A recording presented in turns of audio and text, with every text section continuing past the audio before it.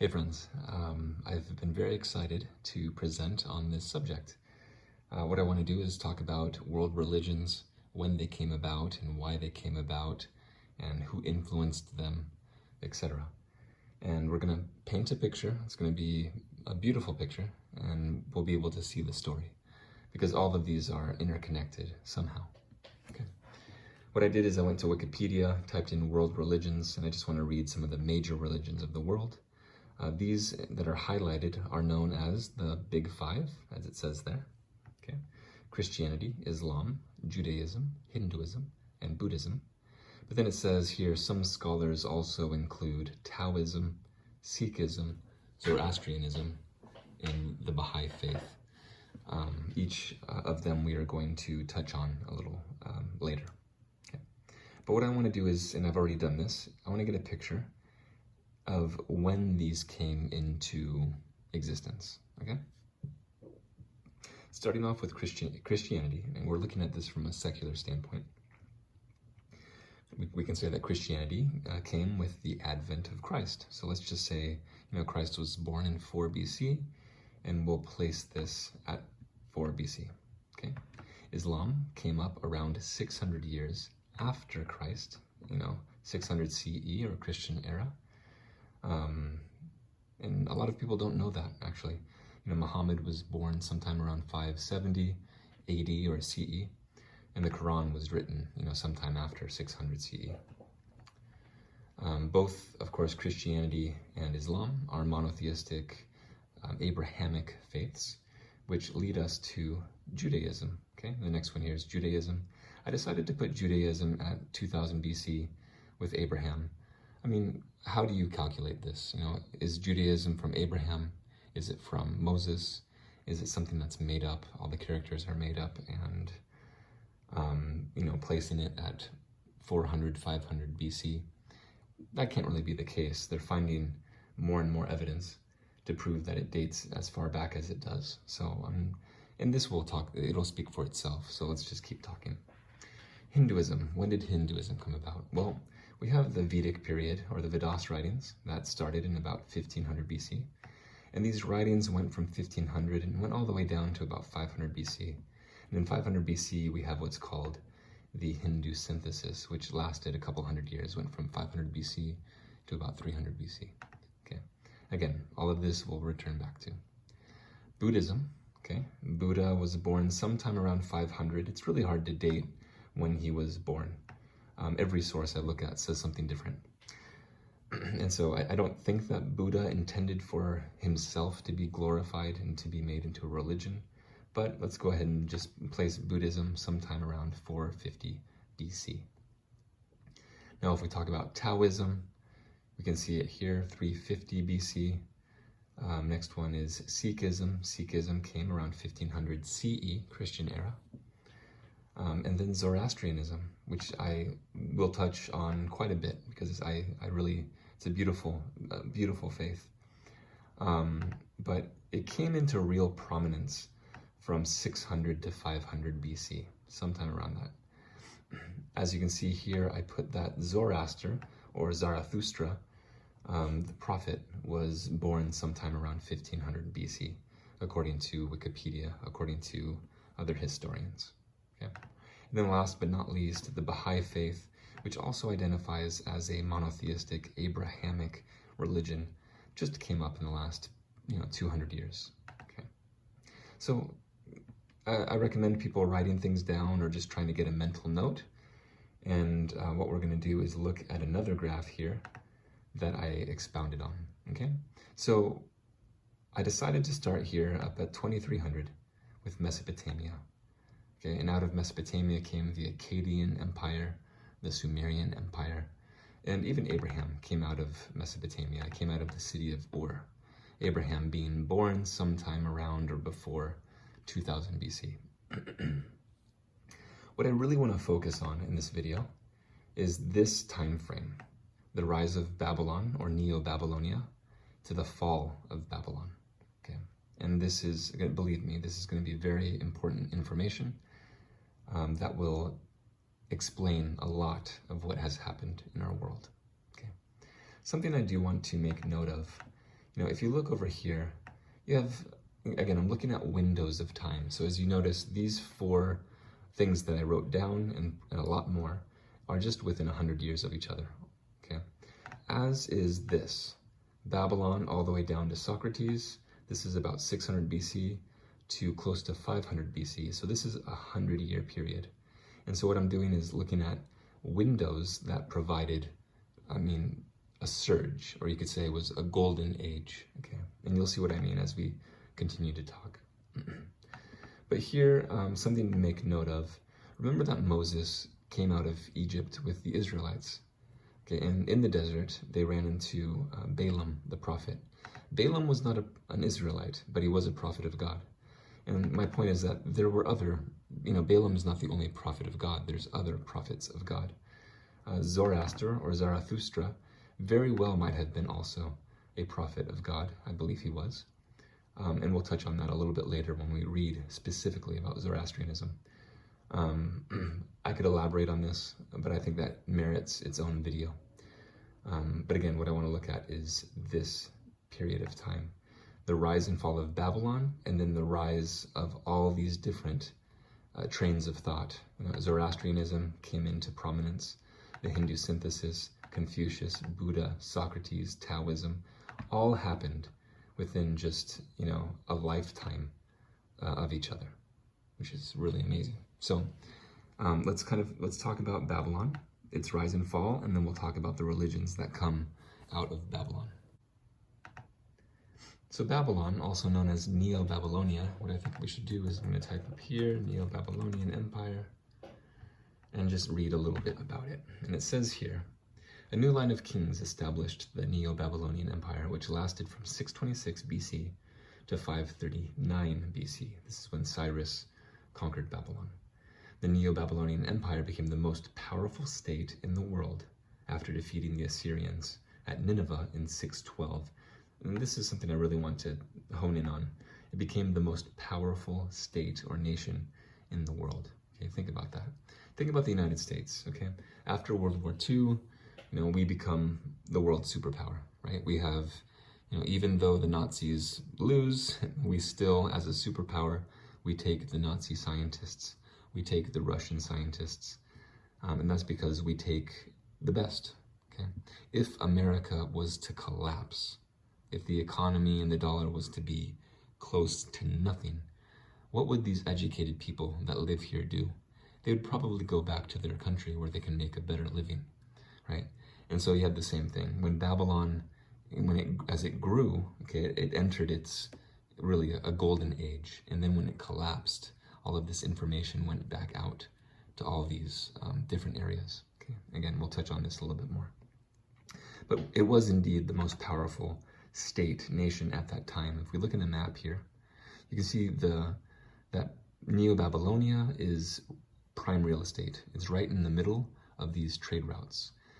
Egypt is a peripheral power, Lydia is a peripheral power, but Babylon, Medes, the Persians, all of this is very important land, okay? Just a little bit of a side note, here you have Cyprus, and Cyprus is very famous for its copper mines. Over here you have Afghanistan, which is famous for having tin mines. Well, when you mix copper and tin, you get brass, okay? And brass was, whoever had brass, whoever had the weapons back then, were the ones that ruled. And so, all of this metal would have had to trade in between this area. So it would have been a very wealthy area. They would have taxed those that were trading, etc. Okay. But what I really want to focus on is down here where it talks about Neo-Babylonia becoming a powerful state. But then it also says, the Neo-Babylonian Empire was a period of cultural renaissance in the Near East. Okay, cultural renaissance. This was when, let me go back to this, okay. So when we look at this period here, the rise and fall of Babylon, this was a renaissance. It was a golden age. And what comes out of that? A lot of information, okay.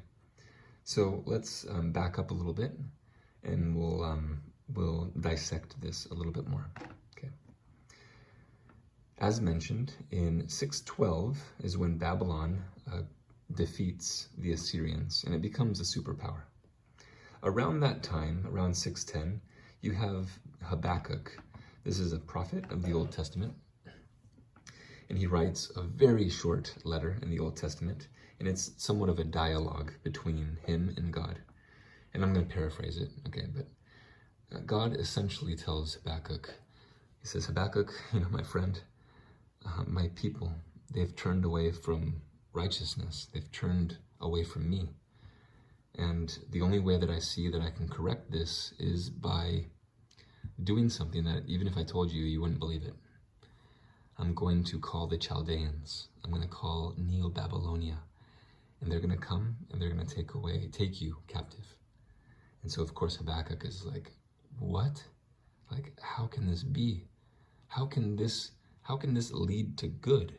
You sending your people into Babylon. And it's in Habakkuk chapter 2, verse 14, where it says that the earth will be filled with the knowledge of the glory of God. Okay, and this is what Habakkuk says. He writes that the just shall live by faith. A very famous quote, or a very famous verse that is quoted by Martin Luther, by Paul, etc. The reason why I'm mentioning this is because, God is saying something. If we back up a little bit, if you go to the story of Abraham, Abraham is promised that through him, many nations will be blessed. Okay, and now Habakkuk is being told something similar. In Habakkuk 2:14, it says the earth, through this intervention of Judah going into Babylonian captivity, will be filled with the knowledge of the glory of God. Okay, and that's a promise, right? So shortly after this exchange with God and Habakkuk, and this comes to pass. Judah is taken into captivity under Babylon. And this is where our story starts, okay? A lot of us know this story, but I just want to think about this, okay? So in about 603, the Judeans are taken captive. And who are the well-known captives? Of course, Daniel and his three friends, Hananiah, Mishael, and Azariah. Okay, and what happens? This is Daniel chapter 2, the king of Babylon. Okay, this is the king of the most powerful nation in the world at that time. He has a dream, and he can't quite remember the dream, and it troubles him. But Daniel, with the help of his other three friends that pray with him, are able to recall this dream. Okay. Some years go by, and Nebuchadnezzar begins to, I guess you can say, become a little full of himself. Okay, and he creates a statue of himself, and he says, "Is this not the great Babylon that I created?" And he makes a command that everyone is to bow down and worship the image of gold made in his image. Okay, but the three boys, okay, Hananiah, Mishael, and Azariah, do not bow. Okay, Daniel, for all we know, was out of the state on business. But as you can see, this man right here is encouraging them to, hey, come on, get down. If you don't get down, what's going to happen? You're going to be thrown into the fiery furnace. Okay, but what happens? Of course, the three of them refuse to bow. So they are thrown into the fiery furnace. But when Nebuchadnezzar and the soldiers throw them into the furnace, they see that they're walking around without hurt. And Nebuchadnezzar says, "Did we not throw 3 into the fire? I see a 4th, and the 4th looks like the Son of God." This is Daniel chapter 3. Okay. And so, of course, the 3 boys come out of the fire, and everyone is amazed by this miracle. And Nebuchadnezzar makes a decree. Okay, this is very important. Nebuchadnezzar, the president, okay, the king of the most powerful nation of that time, he makes a decree, go out in all languages to the ends of the earth, that no one is allowed to speak amiss regarding the God of Hananiah, Mishael, and Azariah. Okay. And we're going to come back to that a little later. But this happened around when? 600 BC. Okay, that's an important date. And you know what I'll do actually is I'll go ahead and just add that into here. So 600, oh, I put it right here. Okay, I put 590. So 590 BC, the boys they come out of the fiery furnace, and I'll put a decree is made. Now, many years go by, right? And this is really when Babylon started to come into its peak of power. And then you have here in 539, the fall of Babylon. And with this, we come to the story of Belshazzar, the last king of Babylon. This is Daniel chapter 5. Belshazzar, he has a feast with 1,000 lords, okay? And what they decide to do is take out the gold and silver cups and platters that were in God's temple, in the God of the Judeans. Of course, this is mocking God. And what happens is a hand comes and writes on the wall something in a language that they do not understand. And of course, this is where we get the saying, the writing is on the wall. Okay? The Bible says that Belshazzar, that his loins were loosed, that his knees smote together in fear. And I'm sure that he wasn't alone. I'm sure that occurred to many other people. And so they were just terrified. And so they were frantically seeking for anyone that would be able to interpret what was written. Well, the queen comes in, and you can kind of get from the context of how she's speaking that she's a believer in this God. And she somewhat reprimands, Belshazzar. It doesn't say this, but it's like, did you not believe in the God that Nebuchadnezzar had made a decree to not speak against? Like, how can you dishonor this God by taking these things out of his temple? Anyway, so he's reprimanded, and the queen says, I know someone that is able to interpret this. And so she brings Daniel. Now remember, Daniel interpreted the dream in the beginning. And so he would have been about 18 or 20 years old at that time. And so now, this being 60 years later, Daniel is now 80 years old. He's an older man. So he comes in and he reads this, and it says, Mena Mena Tekel Uparsin. And so Daniel interprets it, and he says, Mena, your kingdom has been numbered and is finished. Tekel, you have been weighed in the balances and found wanting. Then it says, Perez, your kingdom will be given to the Medes and the Persians. And that very night, what happens? Cyrus the Great comes in and takes the city. And I believe Belshazzar is killed, etc. But think about all of the witnesses to this occurrence. Imagine seeing something that's divine writing on the wall, and it says, your kingdom will be given to the Medes and the Persians. Okay, and I think that's an important point that we don't want to miss, because how did the Medo-Persians or the Achaemenid Empire identify itself religiously?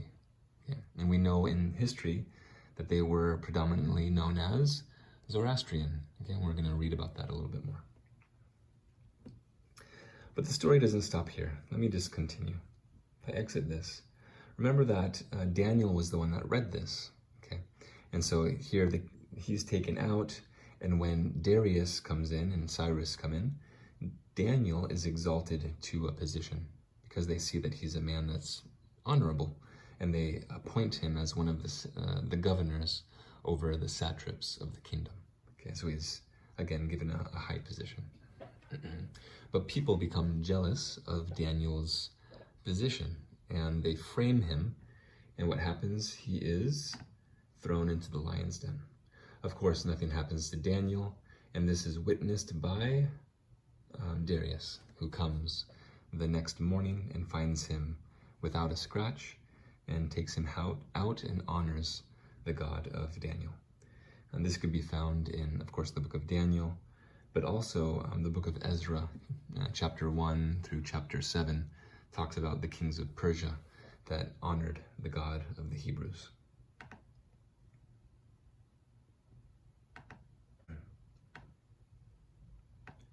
So what we're trying to see is that in this time period of the rise of Babylon to the fall of Babylon, okay, When God was speaking to Habakkuk, he said that the knowledge of the glory of God will fill the earth.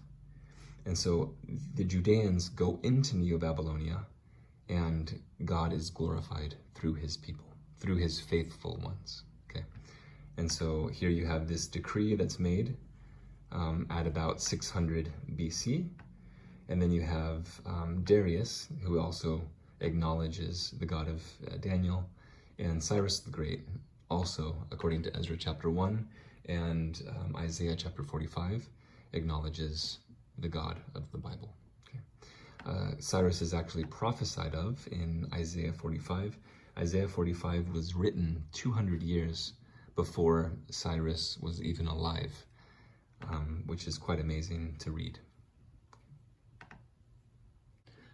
So Babylon collapses, and just from the records that are given in Ezra and Nehemiah, a very small percentage, let's say less than 5%, of the Judeans, of the Israelites, returned back to Israel or to Judah. Okay. And so where did the rest of the 95% go? Well, many of them would have stayed because they would have established their life there in Babylon. Or they would have, I'm sure that they went to other areas of the world.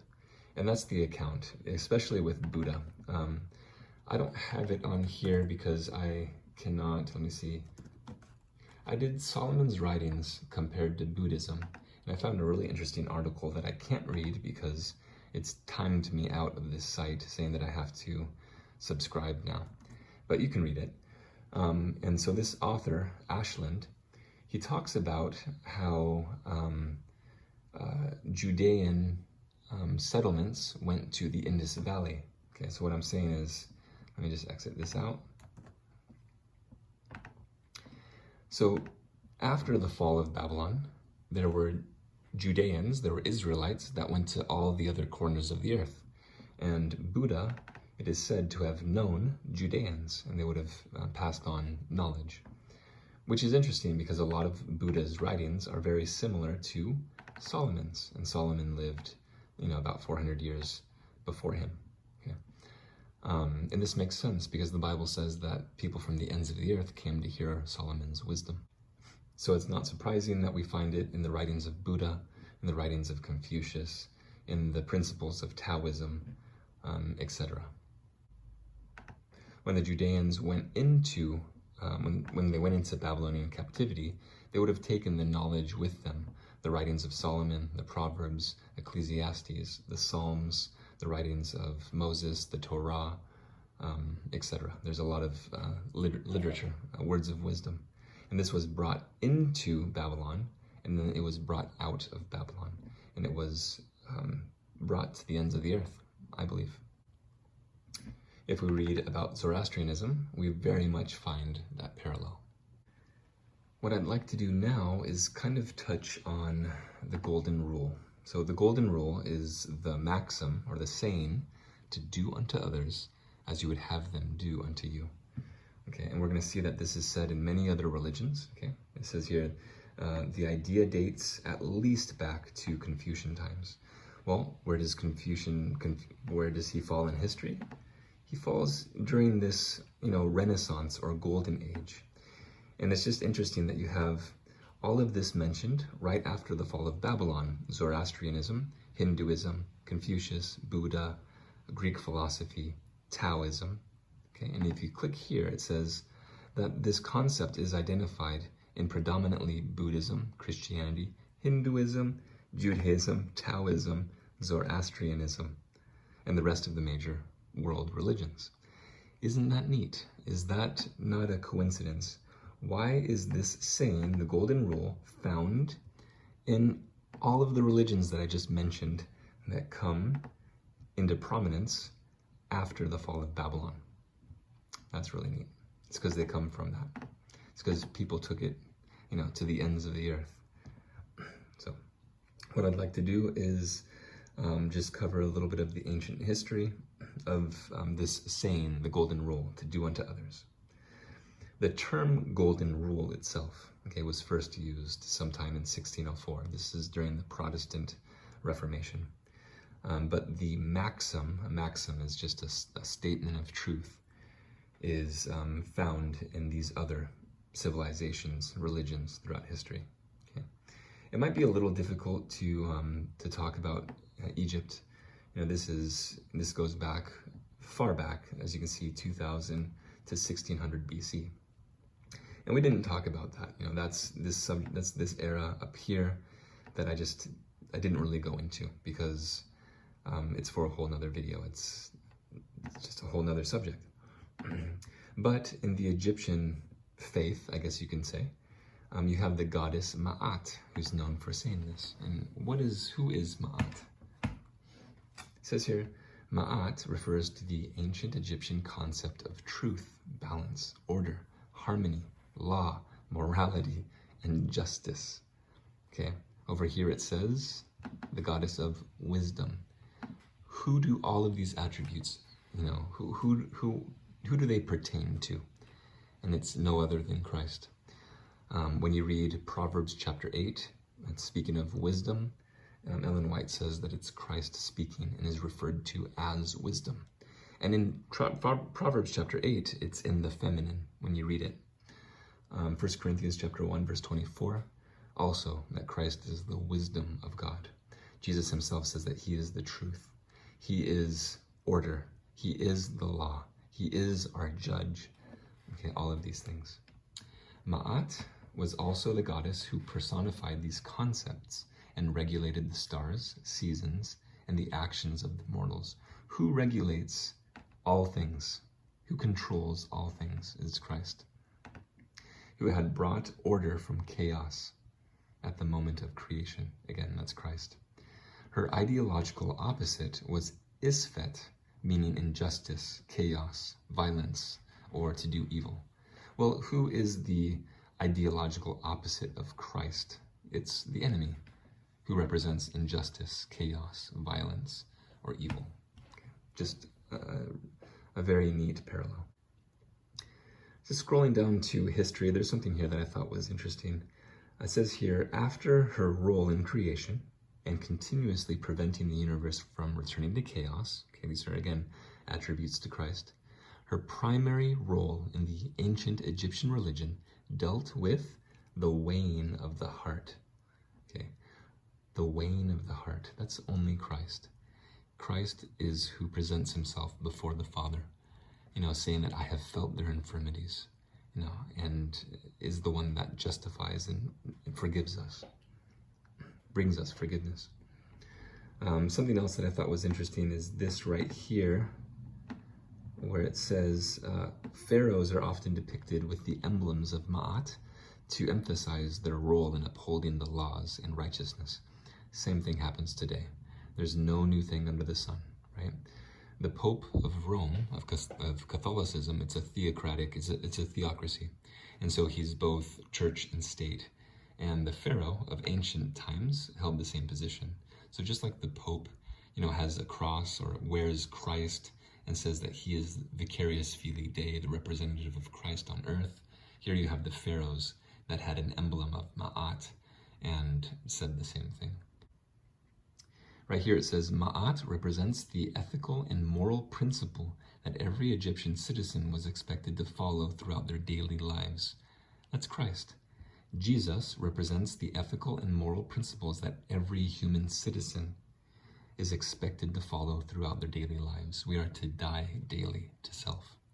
They were expected to act with honor and truth in matters that involve family, the community, the nation, the environment, and the gods. Anyway, I found this beautiful, and I think it's how ancient Egypt, it's how they were revealed Christ in their time. Okay. But going back to the chart, so that's Egypt. We can go down to just cover a little bit of ancient India. When you talk about the Mahabharata, these are writings that occurred, they started to write in about 400 BC, again after the fall of Babylon. Okay. Here we have the Tirukural, okay, which also, if you click on it, it started in about 300 BC as well. The text has been dated variously from 300 BCE to 5th century CE. Okay, same thing. All right, when we go back to our list, we see that, ancient Egypt, ancient India, Sanskrit, Tamil tradition, and now we're down to ancient Greece. Okay, I did not mention this before, but it's worth mentioning. Thales, okay, is known for saying the same thing, to do unto others as you would have them do unto you. And think about when he lived. He was born 624 BC. That means that he would have been an adult, he would have been my age, when Nebuchadnezzar made a decree that went to the ends of the earth in all different languages to honor, to not speak against the God of Hananiah, Azariah, and Mishael. And so I just wonder if part of the decree had this statement, and that's why we see it in so many different places of the world. It's because it started with, I think it started with the 3 Hebrew boys. Okay, because if you look at the time that this man would have lived, he would have known of that occurrence. Same thing here. You have another Isocrates living in about, being born in the 400s. He also would have heard it. Now we go to Zoroastrianism, which is really neat. And so let's just click on this. And what we find is that it came up around 600 BCE, right? What else came up around 600? It was the statue. It was the decree that went out to the ends of the earth. And so it's just really interesting. And when you read about Zoroastrianism, it is a carbon copy of the Bible. And remember, so Zoroaster was, or Zarathustra, was a contemporary of Moses, just like Balaam was a contemporary of Moses. And so you have to imagine the information that they would have received. It says here, ascribed to the teachings of the Iranian-speaking spiritual leader, Zoroaster, also known as Zarathustra. It exalts an uncreated, okay, who is this talking about? An uncreated, benevolent deity of wisdom. This is God, God the Father, Ahura Mazda, which means wise Lord, as its supreme being. Okay. Also out of the Zoroastrian faith comes the concept of the Messiah, judgment after death, heaven and hell, free will, okay, etc. It's known as a dualistic cosmology, which says that there are, that this world is good and evil, that we are influenced by good or evil. Ellen White says that in Signs of the Times. She says there are 2 spirits in this world, the spirit of God and the spirit of the enemy. So which one do you choose to influence you? And we're going to find that this is what the Zoroastrian faith, at least from what I read here in Wikipedia, is showing. If you go here to Messianism, and I'm not going to do this right now, but let's look at where the Messiah comes out of. It's amazing. Okay, this all points back to the Christ of the Bible. Zoroaster speaks of the Messiah. Islam, I don't know if a lot of people know that, Islam expects Jesus to return. They expect the second coming. Of course, they don't identify Christ as the literal Son of God, but regardless, they believe in Jesus and that he is to return, which to me is very similar to a lot of Christianity, because a lot of Christianity denies Christ as the literal Son of God. They say that his title as the Son of God is a metaphor. And so to me, that's the same thing, really, if you want to be honest with yourself. So just a neat concept. But this is reading into Messianism should be another video, because it's really interesting. What I'd like to jump to here is, I want to read all of this. Okay. It says here, Zoroaster proclaimed that Ahura Mazda was the supreme creator, the creative and sustaining force of the universe through Asha. Okay, is this not like, if Ahura Mazda is the Father, God the Father, who is Asha? It's no other than Christ, known as the truth. Okay, I'm just going to click on, let's just read this. Asha is a Zoroastrian concept with a complex and highly nuanced range of meaning. It is commonly summarized in accord with its contextual implications of truth and righteousness, order and right working. Okay, this is what we saw with Maat. We saw the same words: truth, righteousness, and order. Okay, we could go and click in here and read more, but I need to stay on this. So it says here that the creative and sustaining force, that Ahura Mazda is the creative and sustaining force of the universe through Asha, and that human beings are given a right of choice, just like in the Bible, between supporting Ahura Mazda or not. We all have free will, making them responsible for their choices.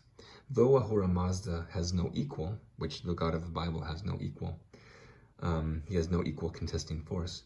Angra Mainyu, or destructive spirit, this is Lucifer, whose forces are born from Aka Mana, evil thoughts. Think about it. We all have free will. And if we allow our mind to be consumed with evil thoughts, then we are giving power over to Angra Mainyu. We're giving power over to Satan. Okay? So I'm just saying that this is scriptural, and this is what comes out of Babylon. This is what, Cyrus the Great, who worshipped the God of the Bible, followed. So it says here that this Angra Mainyu, which is the devil, is considered the main adversarial force of the religion. Well, same thing with the Bible. Standing against Spenta Mainyu, creative spirit. And over here it says, let's see, Ahura Mazda works in... I'm just going to read this. Ahura Mazda, the Father, works in the visible material realm and the invisible spiritual and mental realm through the 7 spirits, essentially, the 7 Amesha Spentas. And that's interesting to me because, if you think about Revelation chapter 4, God the Father sits on his throne, and before him are the 7 spirits of God. And of course then chapter 5, the Lamb that is slain, presents himself and is worthy to open the seals, etc. But you have the 7 spirits of God in Revelation chapter 4, which we know is symbolic. If someone wants to believe it's not, that's fine too. It's to each man his own. But we have the 7 spirits in the Bible, and here you have the 7 spirits of Ahura Mazda. Okay, a perfect parallel. There's a lot more to cover here, but I want to kind of tie up this video, and maybe we can do something more in the future. Think about the symbolism and the parallelism in the Bible that ancient Persia symbolizes. If you read Cyrus the Great, actually Cyrus the Great, who liberated, Cyrus is referred to as the Anointed One. He's a parallel to Christ in Isaiah chapter 45. And they liberate, God's people from Babylon. Cyrus, if you look at a book by Xenophon called Cyropaedia, you can read it here about it on Wikipedia, but you can also just read it yourself. It's here online for free. And I was kind of tinkering through it. This is a book that Thomas Jefferson had several copies of and influenced him very much when he was writing the Declaration of Independence. I'm just saying that Cyrus, the teachings of Cyrus the Great, had a great impact on the forming of our nation, which is a really cool thought. And so you can read that for free online. What else do I want to say? So, like I said, so Cyrus is prophesied of in the Bible. He's a type of Christ. And Cyrus is very well known for religious liberty, allowing people to return and practice what they believe, etc. Okay. Ancient Rome. And the last one that's in this section. So here we have Seneca the Younger, who's also known for this maxim, do unto others as you would have them do unto you. When was Seneca born? Think about that. 4 BC. Who else was born 4 BC? Jesus. Okay. Of course, Seneca the Younger lived a lot longer than Jesus. Jesus died on the cross when he was 33. But here you have this man that probably in his later years, this was started to be circulated again, and he heard it from the Christians, and he wrote it in one of his writings. Seneca was an advisor to Nero. And if you remember your history, Nero persecuted the Christians. Seneca, the younger, and Nero had a falling out. I'm not sure exactly why, but Seneca he had to drink poison or kill himself or something. I wonder if he had heard the teachings of Christ and had gotten in trouble for it. I don't know, that's speculation. But it's just interesting, all these parallels are always hitting dates that are not a coincidence, okay, if you want to be honest with yourself. So to tie up this video, we're just going to look at this. I'm not going to read them. Here in the Abrahamic religions, such as Judaism, you have it said in the Torah and Leviticus, you have it said in the Talmud, and you can go down, of course, and find it in Christianity, and it's the different Gospels. Islam and the Quran, of course, quotes it as well. In the Baha'i faith, which identifies itself, of course, this makes sense. It's an Abrahamic religion, or identifies itself as a monotheistic Abrahamic religion. So of course it's going to quote that as well. The different Hindu faiths, we mentioned a couple of those. The writings, for example, of the Mahabharata and the other that I don't know how to pronounce. That's up there. I'd have to read it. Buddha, we already mentioned that Buddha. There are articles about how he used a lot of Solomon's writings, and so again, it's not surprising. It's very possible that Buddha received teachings of the Judeans, and it moved him to go out and find enlightenment. Jainism, okay, which we didn't cover, Sikhism, Confucianism, Taoism, again, all of these, Taoism was 350, Confucian 450 BC, etc. There's so much to be said that I'm going to stop here because this just keeps going on and on. Let me just make sure that there's nothing else that... I think that's a good place to stop. I hope that this information is somewhat understandable. And what I want people to get out of this is that God speaks to people of all different backgrounds throughout history. He's the God of wisdom. He's the God of mercy. In the end, it's not about the name. It's about the God that dwells in your heart, right? You have arguments about people that say, it's Jesus, no, it's Yeshua, no, it's Yahshua, no, it's... And just, people get so focused on pronouncing a name when it's not just the name, it's the God. It's who it is that you are serving. And so the Egyptians might have called this concept Maat, or the Zoroastrians might have called this Asha, and we call it Jesus, and others call it Yeshua, etc. In the end, it's who dwells within your heart. When a crisis comes, how do you respond to that crisis? I do believe that, just as the Zoroastrians, I do believe in the second coming. Just as the Islamists, I believe in the second coming. I believe that Christ is coming, and I think he's going to come likely in our lifetime. If there's going to be a crisis, how are you going to respond in that crisis? That's what reveals who dwells within you. And we're going to be very surprised by how people respond in the crisis, in the church and outside of the church. But we'll stop there. Maranatha. I love you guys. Talk to you guys later. Bye.